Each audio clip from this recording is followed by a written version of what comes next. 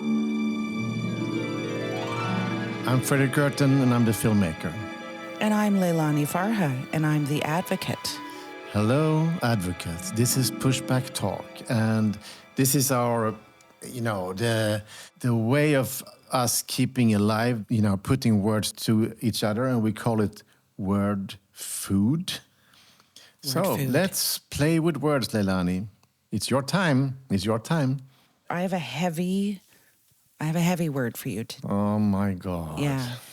Ready? Je suis prête. Slavery.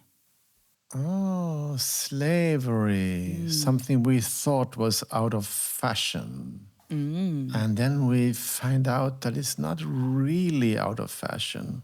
Or at least that the structures of slavery lives on.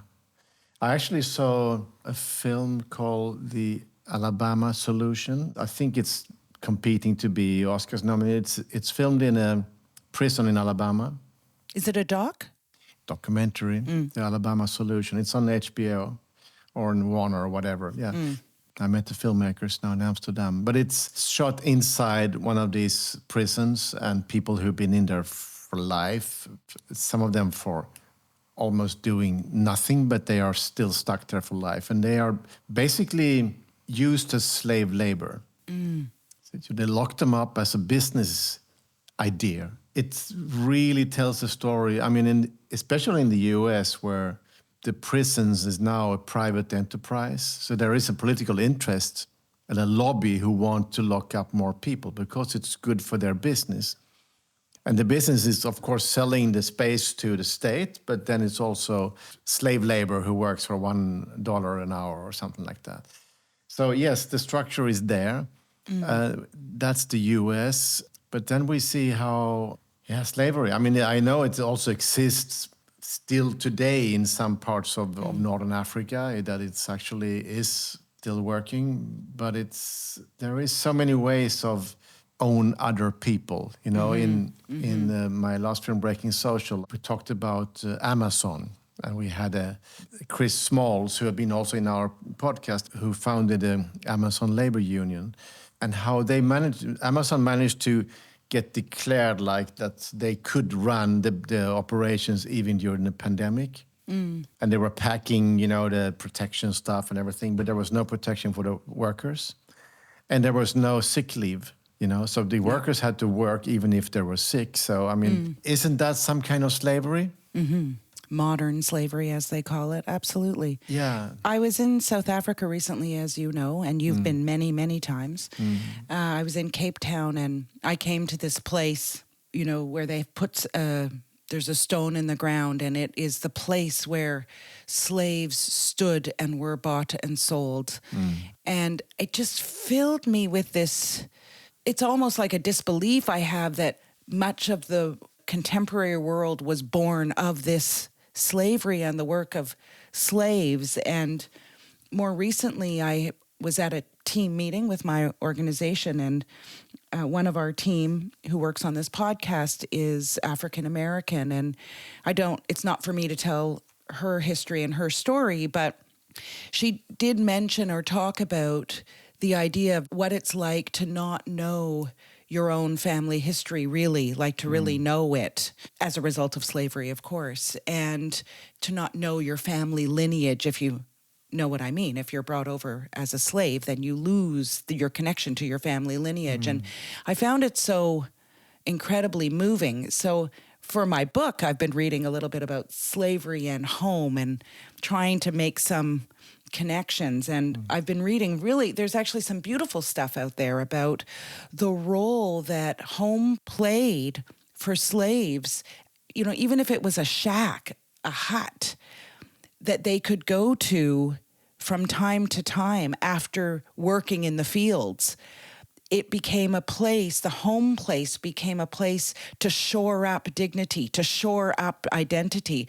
A really beautiful idea in the midst of all this complete darkness. I mean, slavery is just, as I said, unthinkable. Anyway, that's where I go with the word. That's why I put it to you, slave. That's nice. I mean, I have two thoughts that run. First of all, the film I'm doing together with my friend Sylvia Wollenhoven in South Africa.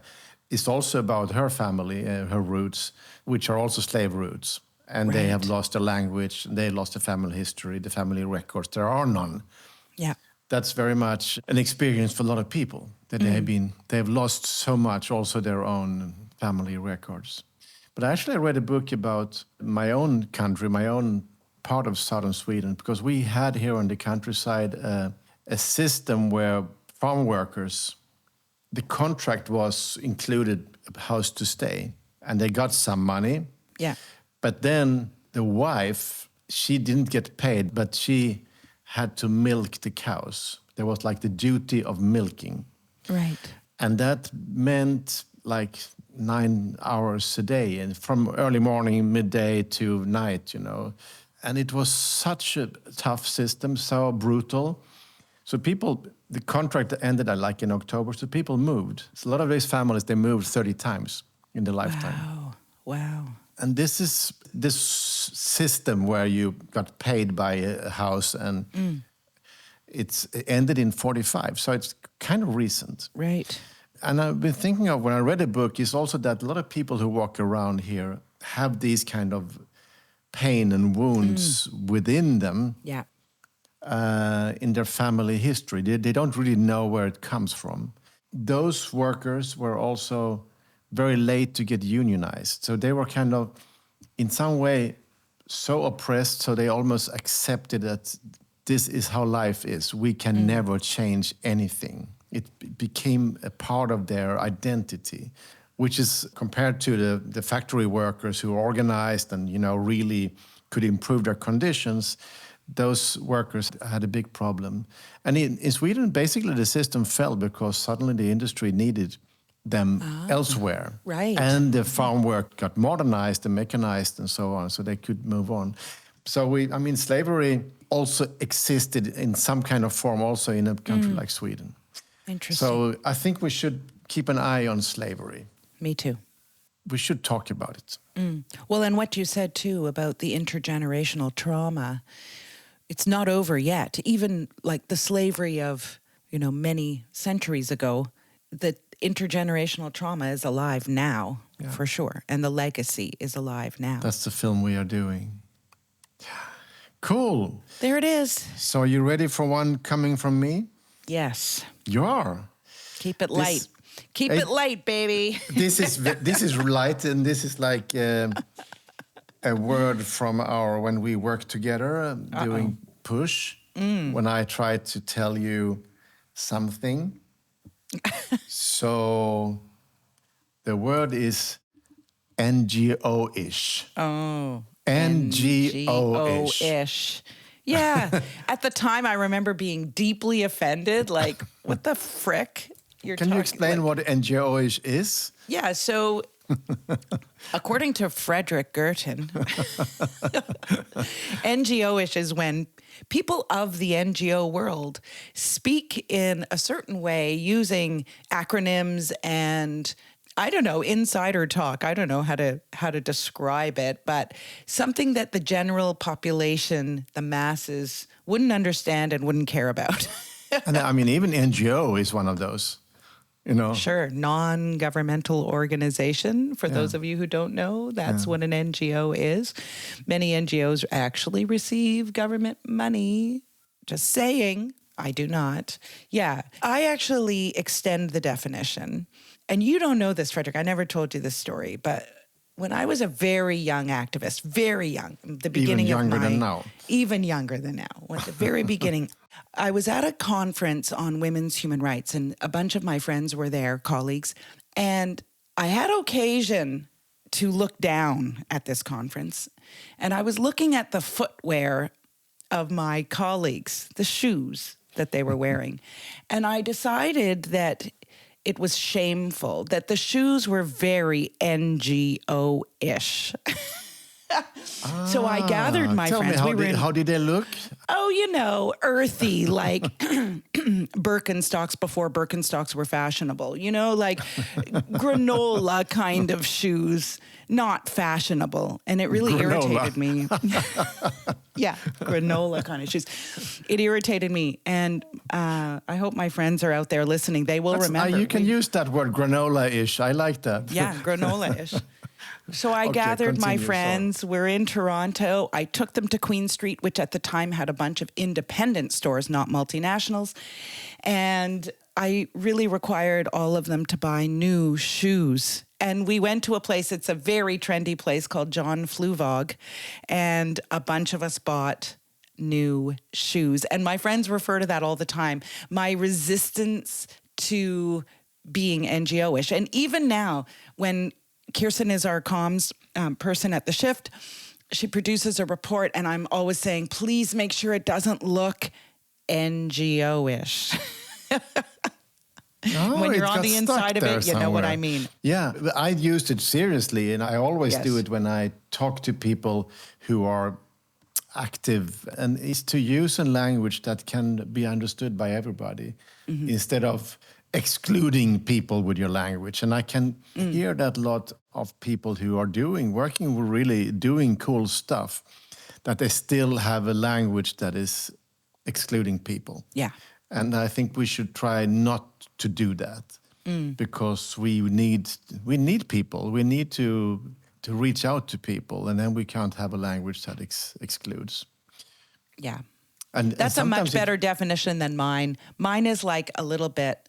It's not that I think we should look governmental by any means when I say, like, I don't want a report to look NGO-ish. I definitely don't want it to look governmental, where they use these terrible templates and boring, always pictures of houses all the time for anything housing related.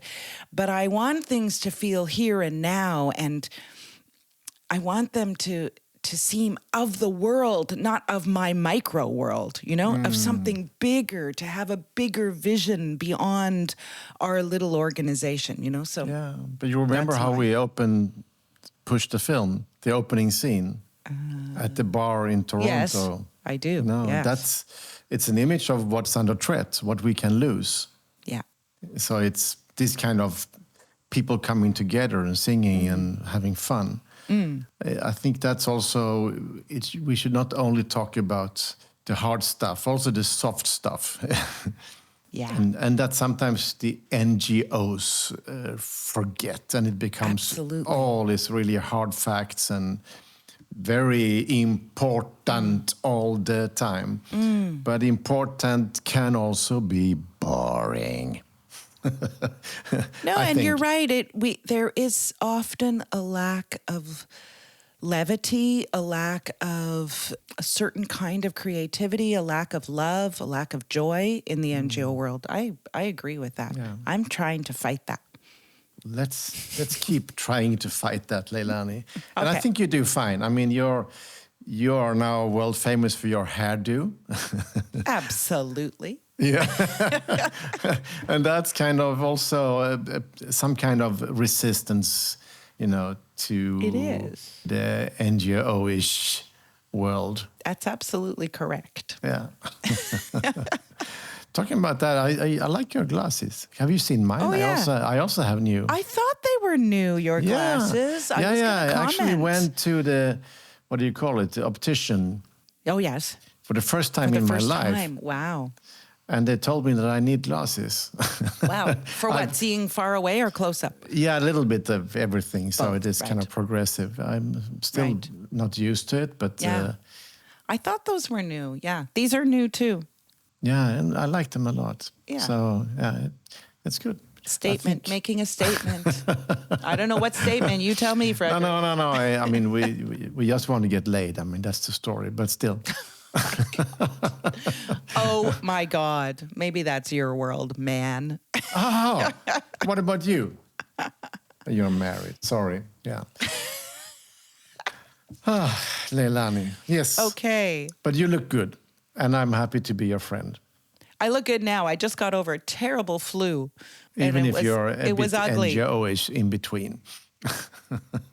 Here I am. So stay cool and see you, I guess, next week. See you next week. Or next year. Who knows? The next year is already now. Oh. It's already now. This is 2026. Oh, right. Okay. You're thinking about 2025. Right. That's last year. That was last year. You have to be, you have to be on time. On time. In time. Welcome to the new year. A new year of struggles and fun. And joy. I've named 2026 the year of joy. Good, let's go for it. The year of joy is coming up. It's coming up. It's It's here. going on. It's ongoing. Okay. I'll see you later, Fredrik. See you. And to friends, if you want to support the podcast, send us some money on Patreon. It's not bad. Patreon.com, Pushback Talks. See you. See you. Pushback Talks is produced by WG Film.